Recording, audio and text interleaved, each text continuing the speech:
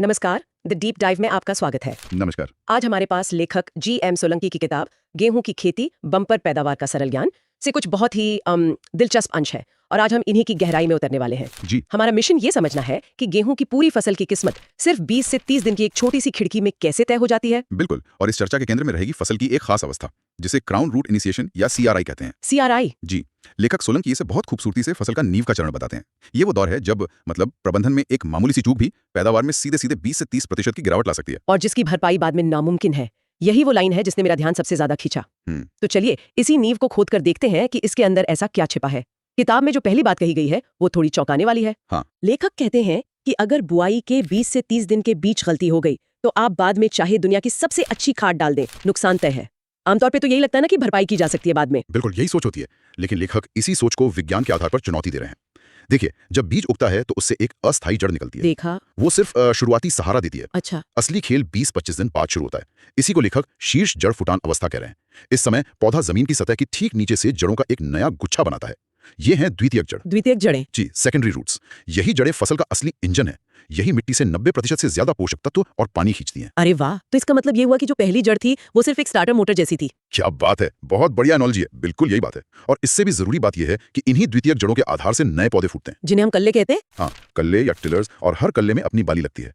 तो अगर ये जड़ें ही ठीक से नहीं बनी तो दो नुकसान है। पहला, पौधे को खुराक नहीं मिलती, और दूसरा, वो अपनी संख्या नहीं बढ़ा पाता। यानी पौधा भूखा भी रह जाएगा और अकेला भी। ठीक है, और ये कोई धीमी प्रक्रिया नहीं है। इस 20-30 दिन की खिड़की में पौधे के अंदर एक विस्फोट हो रहा होता है। अगर इस समय उसे सही माहौल नहीं मिला तो वो मौका हमेशा के लिए हाथ से निकल जाता है। नींव डालने का काम बस एक बार होता है। ठीक है, तो नींव मजबूत होनी चाहिए, ये साफ हो गया।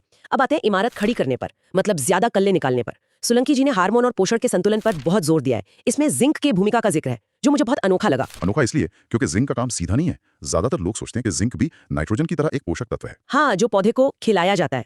जी, लेकिन असल में जिंक एक कैटलिस्ट या कहें कि एक मैनेजर का काम करता है। पौधे के अंदर कल्ले फूटने के लिए ऑक्सिन नाम का एक हार्मोन बनना जरूरी है। ऑक्सिन? हाँ, और जिंक इसी ऑक्सिन हार्मोन के उत्पादन की प्रक्रिया को चालू करता है, उसे तेज करता है। एक मिनट, जिंक तो एक सूक्ष्म पोषक तत्व है ना? जी। मतलब इसकी बहुत कम मात्रा चाहिए होती है। बिल्कुल। क्या वाकई इतनी छोटी सी चीज इतना बड़ा फर्क डाल सकती है? हाँ, इसे ऐसे समझिए कि एक बड़े से ताले को खोलने के लिए एक छोटी सी चाबी ही तो लगती है।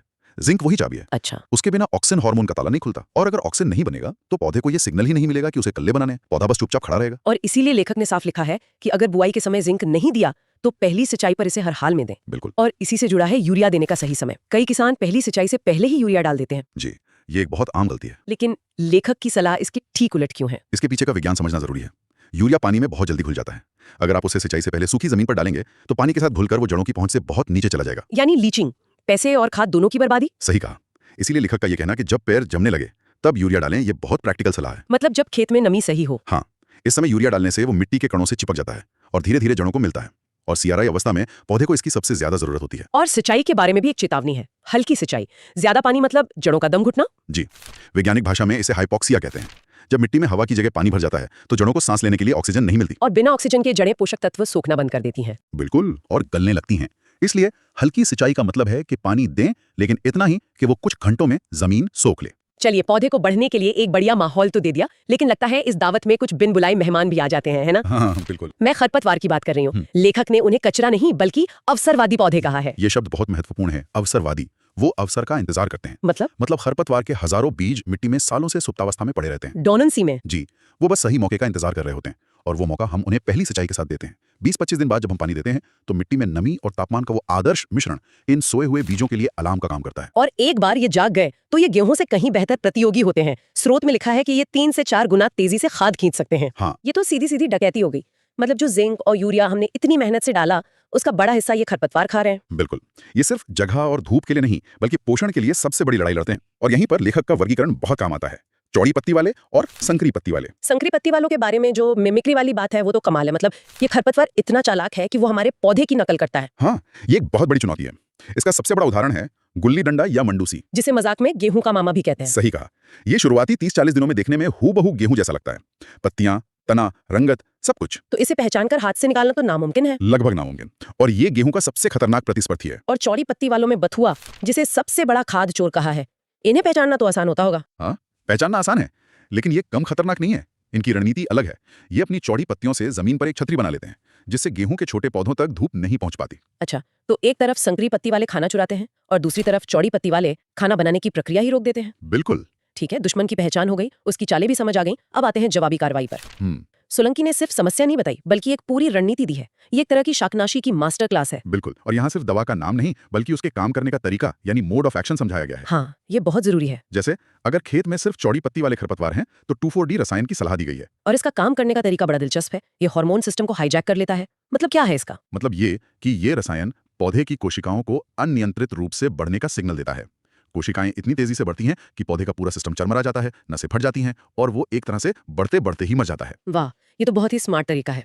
और जो सबसे चालाक दुश्मन है, गुल्ली डंडा, उसके लिए क्या रणनीति है? क्लोडिनाफॉप। हाँ, और इसका विज्ञान तो और भी हैरान करने वाला है। ये एक खास एंजाइम को ब्लॉक करता है जो सिर्फ घास कुल के पौधों में पाया जाता है। यही सवाल मेरे दिमाग में था, गेहूं भी तो घास कुल का है, तो वो क्यों नहीं मरता? ये रसायन इतना चतुर कैसे है? इसका जवाब पौधे की अपनी मेटाबॉलिक क्षमता में है। गेहूं के पौधे के अंदर एक प्राकृतिक रक्षा प्रणाली होती है जो इस रसायन को पहचान कर उसे तोड़ देती है, मतलब निष्क्रिय कर देती है। आसान भाषा में कहें तो गेहूं उसे पचा जाता है। बिल्कुल, लेकिन गुल्ली डंडा के पौधे में ये क्षमता नहीं होती। नतीजा ये होता है कि रसायन सिर्फ दुश्मन को मारता है और हमारी फसल सुरक्षित रहती है। ये तो एक सर्जिकल स्ट्राइक की तरह है। और अगर खेत में दोनों तरह के दुश्मन हो तो ऐसी मिश्रित समस्या के लिए सल्फोसल्फ्यूरॉन और मेटासल्फ्यूरॉन का मिश्रण सुझाया गया है। इसका काम करने का तरीका इन दोनों से अलग है। ये पौधों में एमिनो एसिड बनाने की प्रक्रिया को ही बंद कर देता है। प्रोटीन के बिल्डिंग ब्लॉक्स। जी, बिना प्रोटीन के कोई भी चीज बढ़ नहीं सकती। तो ये दवा खरपतवार के लिए प्रोटीन की फैक्ट्री ही बंद कर देती है, जिससे वो धीरे धीरे भूखा मर जाता है। ये सारी बड़ी वैज्ञानिक बातें एक तरफ, लेकिन लेखक ने आखिर में जो एक छोटा सा नोट दिया है शायद वही सबसे जरूरी है। उन्होंने लिखा है, खरपतवार नाशक का प्रयोग हमेशा पहली सिंचाई के बाद ओट आने पर ही करें। ये विज्ञान को जमीन पर उतारने वाली बात है। ओट का मतलब है खेत में सही नमी का स्तर। अच्छा, अगर आप सूखी जमीन पर दवा डालेंगे तो खरपतवार उसे ठीक से सोखते नहीं है, और अगर बहुत ज्यादा गीले खेत में स्प्रे करेंगे तो दवा बह जाएगी। तो ओट वो आदर्श स्थिति है जी। और हमेशा फ्लैट फैन नोजल का ही उपयोग करें। ये क्या चीज है? ये स्प्रे पंप के आगे लगने वाली एक खास नोजल है। आम नोजल से फुहार गोल निकलती है, जिससे कहीं दवा ज्यादा कहीं कम पड़ती है। अच्छा, लेकिन फ्लैट फैन नोजल से एक चपटी पंखे जैसी फुहार निकलती है जो पूरे खेत में दवा का एक समान छिड़काव करती है। तो आज की इस गहरी पड़ताल से जो बात निकल कर आ रही है वो ये है कि सफलता किसी एक बड़ी चीज में नहीं, बल्कि सही समय पर की गई कई छोटी और सटीक कार्रवाइयों के जोड़ में छिपी है। बिल्कुल, जीएम सोलंकी का विश्लेषण यही दिखाता है। जिंक की सही मात्रा, यूरिया की सही टाइमिंग, हल्की सिंचाई और खरपतवार नाशक डालने के लिए सही नमी। हर कदम के पीछे एक ठोस वैज्ञानिक तर्क है। और ये सभी चरण एक दूसरे से बहुत गहराई से जुड़े हुए हैं। पहली सिंचाई ने जड़ों को तो बढ़ावा दिया, लेकिन साथ ही खरपतवारों को भी जड़ा दिया। सही पोषण ने पौधे को लड़ने की ताकत दी, और सही शाकनाशी ने यह सुनिश्चित किया कि हम सिर्फ दुश्मन को खत्म करें। हार्मोन का विज्ञान, पोषण का प्रबंधन और खरपतवार की पारिस्थितिकी सब मिलकर एक बम्पर पैदावार की कहानी लिखते हैं। जी, ये वाकई सोचने पर मजबूर करता है। खेती से बाहर निकलकर देखें तो हमारे अपने काम में या शायद हमारे जीवन में भी ऐसा कौन सा 20 से 30 दिन का महत्वपूर्ण चरण हो सकता है, सही बात है, जिसे हम अक्सर नजरअंदाज कर देते हैं, जबकि शायद वहीं पर किया गया एक छोटा सा सही हस्तक्षेप अंत में हमें 30% बेहतर परिणाम दे सकता है। साथियों, अगर जानकारी अभी तक इंफॉर्मेटिव लगी हो तो वीडियो को लाइक और चैनल को सब्सक्राइब या फॉलो जरूर करें।